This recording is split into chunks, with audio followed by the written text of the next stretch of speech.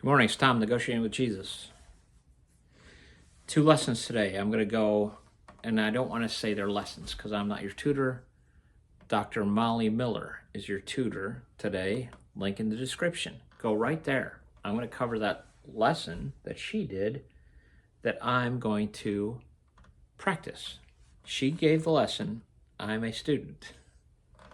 So, Dr. Molly Miller. Triads in the Caged, and it was very good.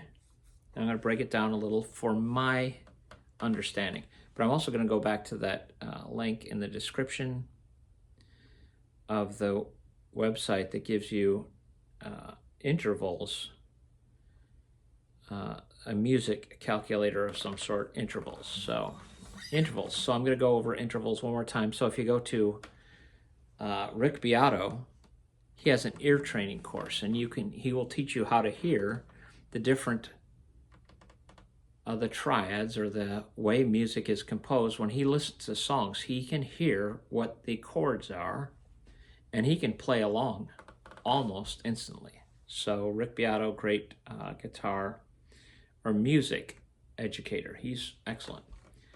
Dr. Molly Miller. This was a good lesson, and I'm getting there. I'm going to keep doing exercises. I'm going to keep doing exercises because then I'm going to build songs, and I believe you will also. We will do this together. That's the theory. So once again, triads. So there are 12 tones. So I'm going to try and stick with D. Yesterday I did my first song in another key, but I'm going to try and do all these songs in the key of D. So that means a D chord. That little triangle. Great chord to know.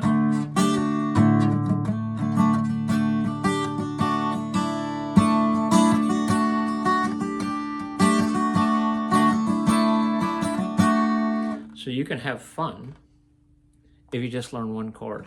And then if you get rhythm and a chord, you are playing music.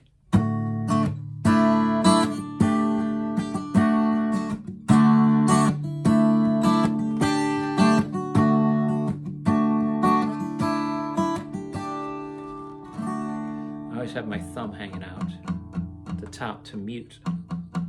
I don't want this string to ring. Okay, triad.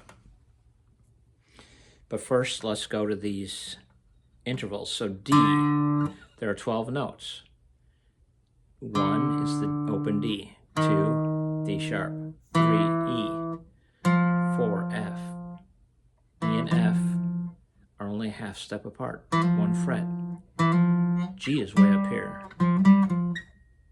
But E, so D, E, F, F sharp, G, G sharp, A sharp, B, C is right next to B.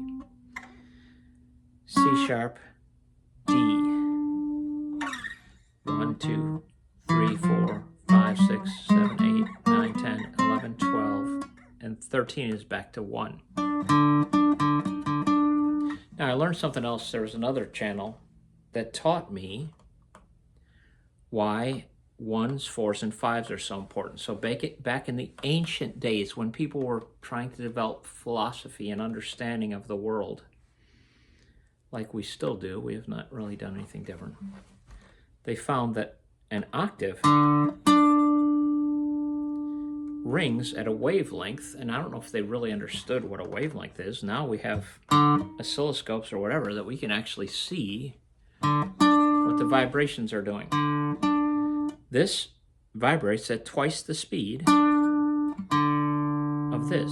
The long string vibrating, you cut it in half and it's vibrating exactly twice as fast. So that was a magical thing. They're like, I hear it. I hear something's happening. Well, a fourth and a fifth.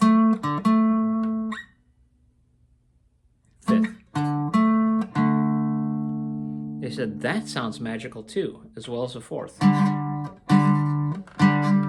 So the major at the root, the major and the fourth and the fifth had wavelengths that were mysteriously wonderful. And it turns out that like a fifth was like, one was like 3 to 2 vibrations, and one was like, I don't know, 5 to 4, or it was something, a nice fraction. So that's something I'm just beginning to explore. This is not the lesson. So I'm going to start with a D. And the first of this interval song finder, the Pink Panther.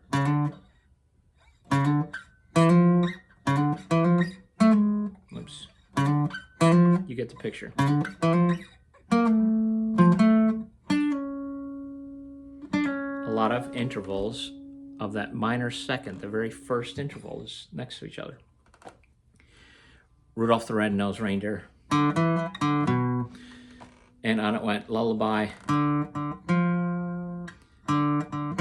So the first one was, second one was, actually I did it this way.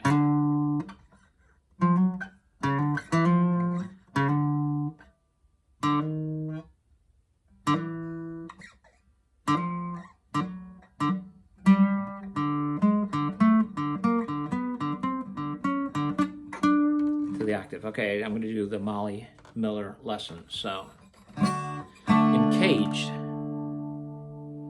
key of C. Caged is based on the key of C. The idea that C, A shape, G shape, which I can't play because it's too stretchy.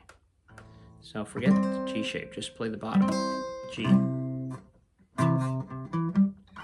E, and D. They're all C chords with different shapes. E is unusual. The A shape, the G shape is the A shape, just flipped around. The D shape is also the C shape. Here's the little D. That is a C chord that looks like a D shape. That is the C chord. So C and D related. Now you can keep going. If you want to play in the key of D, all the caged chords are moved up. Instead of C, you move it up.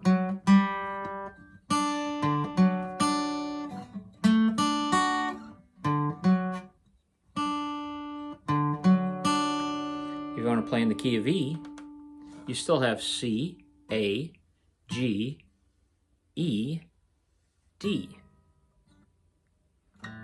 Everything moves up. Oops. If you want to play E,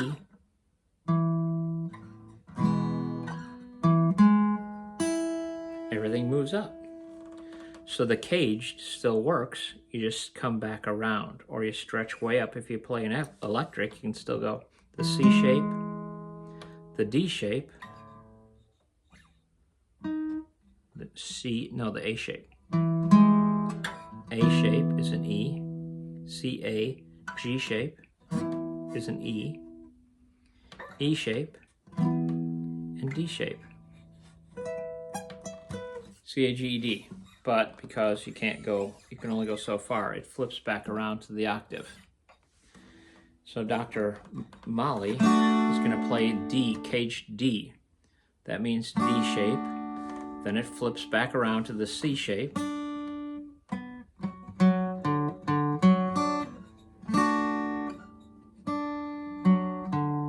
Then the A shape. Then the G shape. And then the E shape. So she's going to do chords.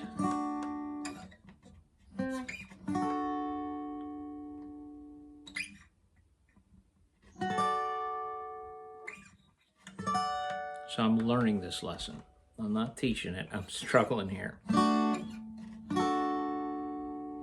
She's going to play the triads at the bottom, not the full triad with a lot of extra notes. She's going to just play the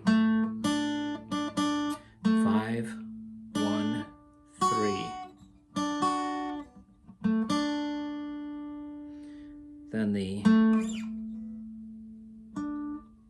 1, 3, 5.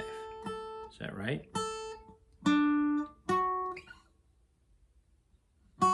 Yes. This is the actual first, or the normal triad. The first inversion, the 1 goes to the bottom, so you have 3, 5, 1. The second inversion, the 3 goes to the bottom, so you have 5 root 3.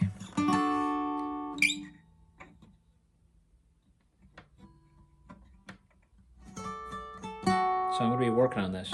Link in the description. Yeah, sure, it's annoying trying to follow what I'm doing. So what? I'm here practicing with you.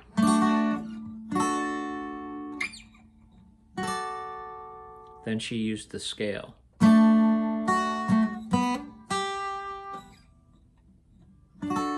So the scale is D,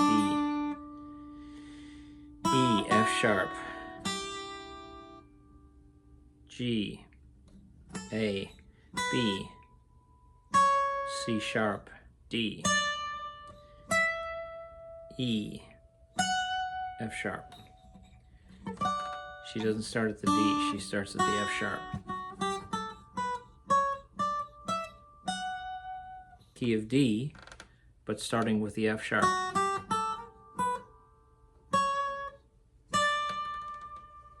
So the scale kind of finishes here. Then she goes further. So this was helpful for me. I'm going to continue to work on it. Clearly, I'm still trying to figure it out. But intervals, that was an interesting page. I'll probably put the link in.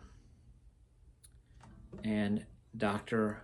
Miller, good guitar player.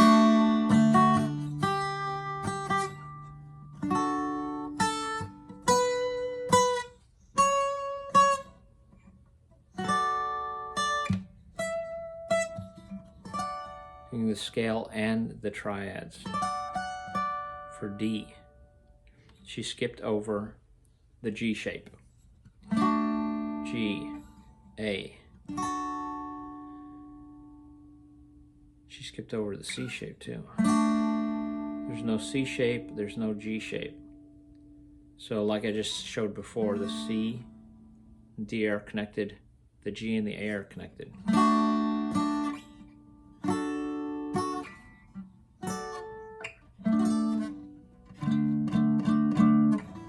Yeah, I don't know if this one made sense. I'm moving on.